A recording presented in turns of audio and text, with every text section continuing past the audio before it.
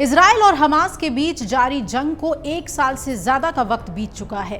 पिछले साल 7 अक्टूबर को हमास ने इजराइल में घात लगाकर एक हमला किया था, जिसके बाद गाजा युद्ध का मैदान बन गया और इस हमले के बाद इजरायली सेना ने गाजा में अपने दुश्मनों को चुन चुन कर मारना शुरू कर दिया। हाल ही में इजरायल रक्षा बल ने एक मुठभेड़ में गाजा में अपने सबसे बड़े दुश्मन और हमास के मुखिया याह्या सिनवार को मार गिराया। इसी साल जुलाई के आखिर में हमास के तत्कालीन प्रमुख इस्माइल हानिया की ईरान में हत्या कर दी गई थी। करीब 2.5 महीने के अंदर इजराइल ने हमास के नए प्रमुख सिनवार को भी मार गिराया। पहले भी हमास प्रमुखों को इजरायली सेना ने ऐसे ही निशाना बनाया था। तो ऐसे में आइए जानते हैं कि हमास क्या है और कब बना, कब कौन संगठन का प्रमुख बना और इनके नेताओं का आखिर क्या हुआ। इस्माइल हानिया को इजराइल ने कैसे मारा था और अब याह्या सिनवार कैसे मारा गया। सबसे पहले जानते हैं कि हमास क्या है और कब इसकी स्थापना हुई। आपको बता दें कि हमास की उत्पत्ति से पहले हमें फलस्तीन के मौजूदा सत्ताधारी गठबंधन पैलेस्टीन लिबरेशन ऑर्गेनाइजेशन को समझना होगा। पीएलओ की कल्पना 1964 में मिस्र के काहिरा में अरब लीग शिखर सम्मेलन में की गई थी। फलस्तीनी नेता यासिर अराफात 1969 में पीएलओ के अध्यक्ष बने। पीएलओ ने अपने चार्टर में ही फलस्तीन की मुक्ति के लिए इजराइल को खत्म करने की घोषणा कर दी। हालांकि इजराइल और पीएलओ की शांति के लिए 1993 में हुए ओस्लो समझौते के बाद यह अनुच्छेद हटा दिया गया। इसके साथ ही पीएलओ ने इजराइल को यहूदी देश के रूप में मान्यता दे दी। इसी तरह 1980 और 1990 के दशक के अंत में इजरायली सरकार ने पीएलओ पर लगाए हुए प्रतिबंध हटा दिए। 13 सितंबर 1993 को अमेरिकी राष्ट्रपति बिल क्लिंटन के मध्यस्थता में पीएलओ इजरायली समझौता हुआ। इसके साथ ही इजराइल ने पीएलओ को मान्यता भी दे दी। उधर पीएलओ के प्रतिद्वंद्वी हमास का जन्म हो चुका था। हमास की उत्पत्ति इस्लामी प्रतिरोध आंदोलन यानी इंतिफादा विद्रोह के दौरान 1987 में हुई थी और इसे ईरान का समर्थन मिला हुआ था, जिसकी विचारधारा मिस्र के मुस्लिम ब्रदरहुड की इस्लामी विचारधारा से मेल खाती थी।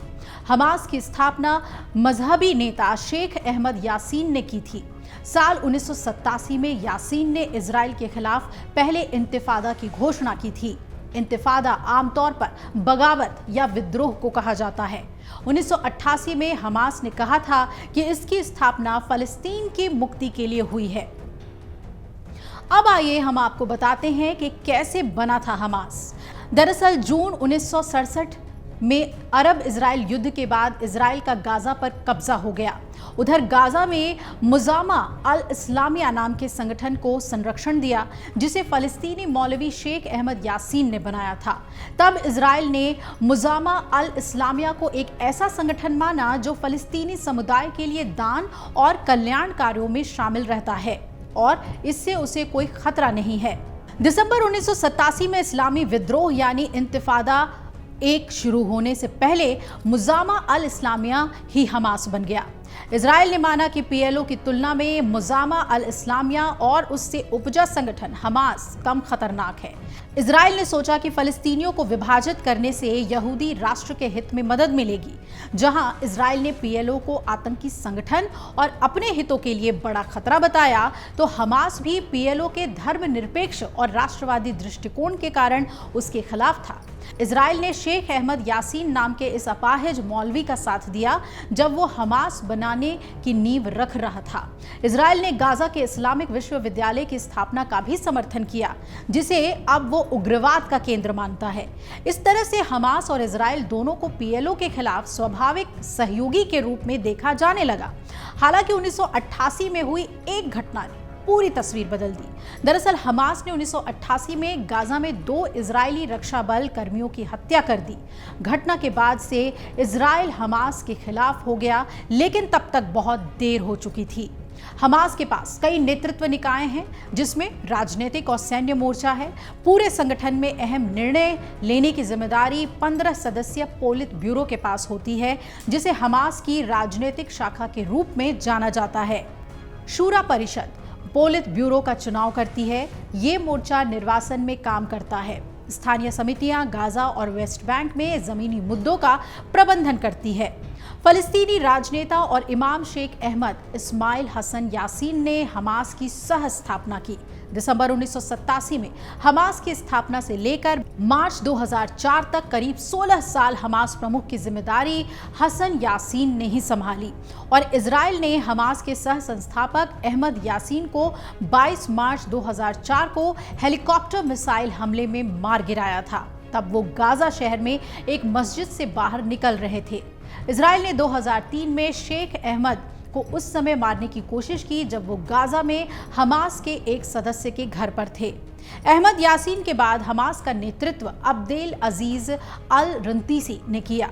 रंतीसी एक फलस्तीनी नेता और 1987 में शेख अहमद यासीन के साथ हमास के सह संस्थापक था और रंतीसी ने मार्च 2004 से अप्रैल 2004 तक हमास शूरा परिषद के अध्यक्ष और हमास शूरा परिषद के पहले उपाध्यक्ष के रूप में भी काम किया। 17 अप्रैल 2004 को गाजा शहर में एक कार पर इजरायली हेलीकॉप्टर मिसाइल हमले में हमास नेता अब्देल अजीज अल रंतीसी मारा गया। 2 अंगरक्षक भी मारे गए और रंतीसी की हत्या शेख अहमद यासीन की हत्या के बाद गाजा में हमास नेता के रूप में पदभार संभालने के कुछ ही समय बाद हुई। अब अप्रैल 2004 में रंतीसी की मौत के बाद हमास के नेतृत्व की जिम्मेदारी खालिद मिशाल को मिली। मिशाल हमास के संस्थापक सदस्यों में शामिल है और 1996 से 2017 तक ये हमास की राजनीतिक शाखा का प्रमुख रहा है। हमास नेता खालिद मिशाल 1997 में दुनिया भर में तब चर्चा में आया था जब इजरायली एजेंटों ने जॉर्डन की राजधानी अम्मान में उसके दफ्तर के बाहर सड़क पर मिशाल को जहर का इंजेक्शन दे दिया था। हालांकि हमास नेता मिशाल हत्या की कोशिश में जिंदा बच गया। 2017 में खालिद मिशाल की जगह इस्माइल हानिया ने ले ली थी। खालिद मिशाल अभी भी हमास के जीवित बचे चेहरों में सबसे प्रमुख है, जिसके एक बार फिर हमास नेता बनने की चर्चा हो रही है। हमास ने 2017 में मिशाल को हटाकर इस्माइल हानिया को हमास की राजनीतिक शाखा इस्लामिक प्रतिरोध आंदोलन हमास का प्रमुख बना दिया। दरअसल 2006 में फलस्तीनी संसदीय चुनाव हुए थे, जिसमें जीत के बाद गाजा इलाके पर हमास का कब्जा हो गया। आखिरी बार वहां चुनाव उसी समय हुए थे। हमास का 2007 से गाजा पट्टी पर शासन है और आम चुनाव से हमास की जीत के बाद से ही संगठन में हानिया का दबदबा बढ़ने लगा था। उसे गाजा पट्टी में फलस्तीनी प्राधिकरण का प्रधानमंत्री नियुक्त किया गया। इस दौरान मिस्र ने गाजा पट्टी में आयातित वस्तुओं पर भारी कर लगाकर हानिया ने अपनी संपत्ति कई गुना बढ़ा ली। इस्माइल हानिया कतर में रह रहा था और वहां वो ऐशो आराम की जिंदगी जी रहा था। इजराइल पर हुए 7 अक्टूबर के हमले को उसने अपने दफ्तर में टीवी पर देखा था। इजराइल पर बीते साल 7 अक्टूबर को हुए हमले के पीछे इस्माइल हानिया ही अहम भूमिका निभा रहा था और यही वजह थी कि इस्माइल हानिया इजरायली सुरक्षा बलों के निशाने पर था। इसी साल जुलाई के आखिर में इस्माइल हानिया ईरान के नवनिर्वाचित राष्ट्रपति मसूद पेजेकिशियन के शपथ ग्रहण समारोह में शामिल होने के लिए तेहरान पहुंचा और 31 जुलाई को तड़के तेहरान में हानिया की हत्या कर दी गई। रिपोर्ट्स के मुताबिक ईरान में इस्माइल हानिया जिस भारी सुरक्षा वाले परिसर में रह रहा था, वहां एक विस्फोटक उपकरण छिपा कर रखा गया था, जिससे कि उसकी मौत हो गई। इस्माइल हानिया के मारे जाने के बाद 6 अगस्त को हमास ने याहवा सिनवार को अपना प्रमुख चुन लिया था। याहवा सिनवार गाजा पट्टी में हमास का शीर्ष नेता था। इजराइल में 7 अक्टूबर को हुए हमास के हमले का मास्टरमाइंड भी याहवा सिनवार को माना जाता है। याहवा सिनवार को गाजा का सबसे ताकतवर नेता माना जाता था। वो इजराइल की कैद में भी रहा था और करीब 24 साल तक जेल में बिता चुका था। इजरायली सैनिक गिलाद शालिद के बदले में इजराइल की जेल से 1027 फलस्तीनी कैदी रिहा किए गए थे। उन्हीं कैदियों में याहवा सिनवार भी शामिल था। सिनवार ईरान का करीबी था और हमास के कट्टरपंथी समूह का नेतृत्व करता था। याहवा सिनवार इजराइल की उस सूची में शीर्ष पर था, टॉप पर था, जिनका इजराइल खात्मा करना चाहता था। हमास प्रमुख सिनवार को 16 अक्टूबर को एक मुठभेड़ में मार गिराया गया और इजरायली अधिकारियों ने कहा कि हमास नेता को उस समय मार दिया गया जब वो भूमिगत सुरंग से निकलकर सुरक्षित जगह पर भागने की कोशिश कर रहा था। आईडीएफ ने कहा कि उसे दक्षिणी गाजा के ताल अल सुल्तान क्षेत्र में तलाशी ले रहे पैदल सैनिकों ने खोजा था। पोस्टमार्टम रिपोर्ट के मुताबिक सिनवार की मौत सिर में गोली लगने से हुई थी। हमास नेता को टैंक के गोले से लगी चोटों सहित अन्य चोटें भी लगी थी। अगर आप ये वीडियो YouTube पर देख रहे हैं तो हमारे चैनल को सब्सक्राइब कर बेल आइकन दबाएं और Facebook पर देख रहे हैं तो हमारे पेज को लाइक करें। 8 मिलियन प्लस सब्सक्राइबर, आपके इस भरोसे के लिए बहुत धन्यवाद।